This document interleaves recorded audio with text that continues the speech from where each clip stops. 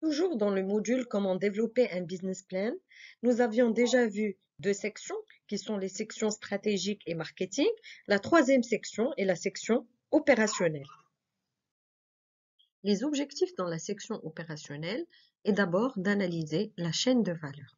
Ensuite, c'est de structurer le processus, que ce soit en termes de développement, de production ou encore de distribution. La chaîne de valeur de Michael Porter est un outil incontestable de gestion, puisqu'il permet d'orchestrer les activités les unes après les autres de sorte à avoir une valeur ajoutée. Dans ces activités, on trouve les activités principales ou opérationnelles qui sont les cœurs battants du métier et les activités support qui sont là pour supporter l'activité principale, comme par exemple les ressources humaines, l'infrastructure, les achats, le développement. Mais bien évidemment, les activités support sont très importantes parce qu'ils structurent toute la partie support. Dans l'activité opérationnelle, donc il faut, pour un projet, se dire quelle est la logistique amont. Est-ce qu'on va produire? Est-ce qu'on va importer? Est-ce qu'on va faire une production locale? Est-ce que la production sera une production conceptualisée mais sous-traitée à l'international? Quelle est la logistique en aval? Le marketing et les ventes et le service après-vente parce que justement c'est ce qui permet de fidéliser les clients.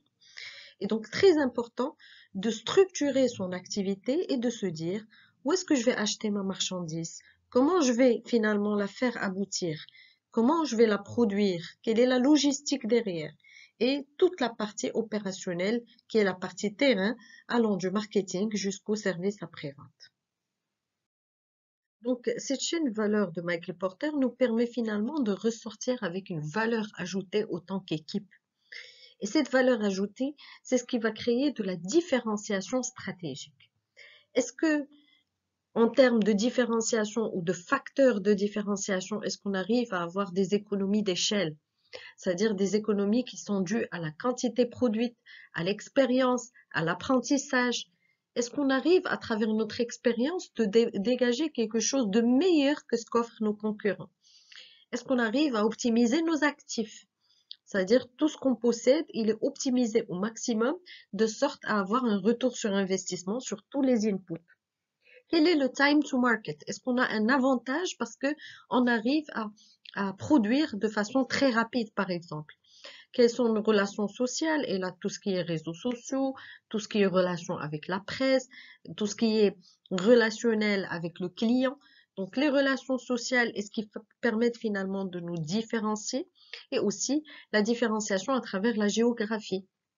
Et là, par exemple, s'il y a une proximité par rapport à une clientèle potentielle. Et donc ça, c'est des exemples de facteurs de différenciation stratégique qui permettent de créer cette valeur ajoutée et de se différencier et d'avoir cet avantage compétitif par rapport à la concurrence. On a dit qu'il y a un choix justement à faire par rapport à la production, que ce soit de biens palpables ou de services. Et donc, quand on choisit l'externalisation, ça veut dire de ne pas produire en interne, quelles sont les possibilités justement qui sont offertes? Donc, il y a des possibilités de sous-traitance.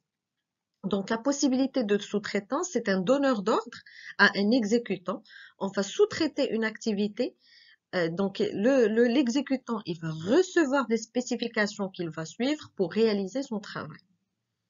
Une autre façon de faire, c'est l'accord d'expertise.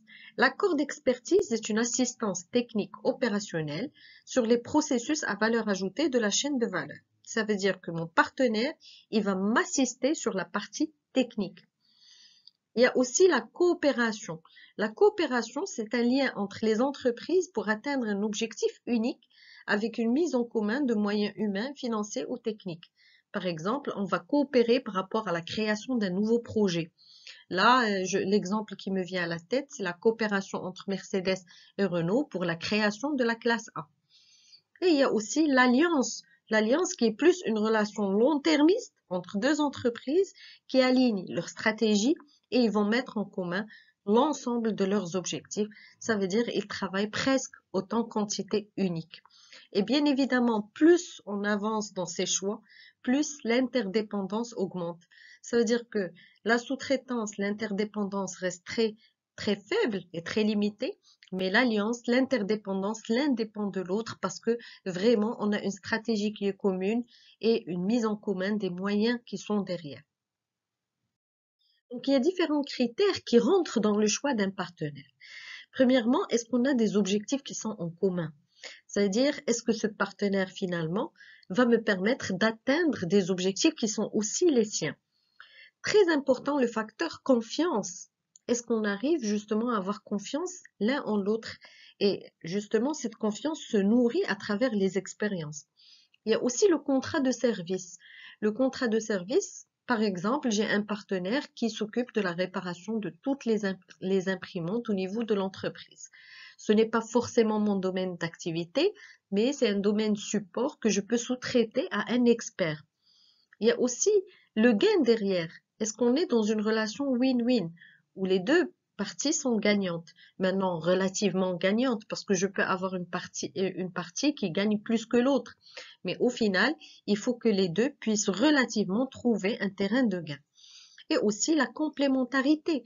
Là, par exemple, quand vous avez des plateformes qui sont lancées, où il y a certes une complémentarité entre une équipe marketing qui affine l'offre, qui l'étudie et qui la lance sur le terrain, et bien sûr une équipe derrière qui est une équipe technique qui arrive à répondre aux réclamations, à gérer justement la partie technique, par exemple les last miles, etc. Et donc, les critères de choix d'un partenaire ne sont pas exhaustifs, mais il faut vraiment choisir un partenaire selon des critères qui sont durables dans le temps. Toujours dans la production, au-delà des partenariats, il y a les critères de choix du sourcing et du shoring. En fait, le sourcing, il est utilisé dans les achats, les ressources humaines ou les services informatiques pour se dire qui sont les fournisseurs qu'on va sélectionner ou qui sont les candidats qu'on va recruter. Et donc, c'est la recherche des ressources. Il y a aussi le shoring, où on a deux termes qui sont le nearshoring ou l'offshoring. Donc le nearshoring par différence à l'offshoring est le fait de délocaliser une activité économique dans une autre région du même pays ou dans un pays proche, qui est plus proche, plus contrôlable et il permet des gains de productivité importants. Quand on parle d'offshoring, cela veut dire que le pays il peut être loin.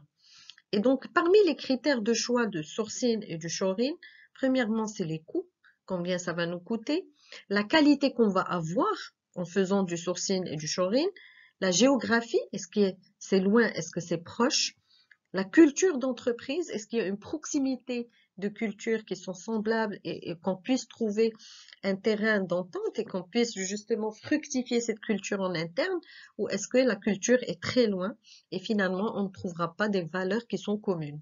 Et bien évidemment les délais qui sont très très importants pour le choix de sourcing et du shoring parce que ça nous permet de se différencier ou pas par rapport aux concurrents.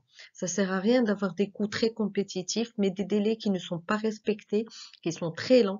Ça ne nous permettrait pas d'être dans le processus de distribution, efficient dans le processus de distribution.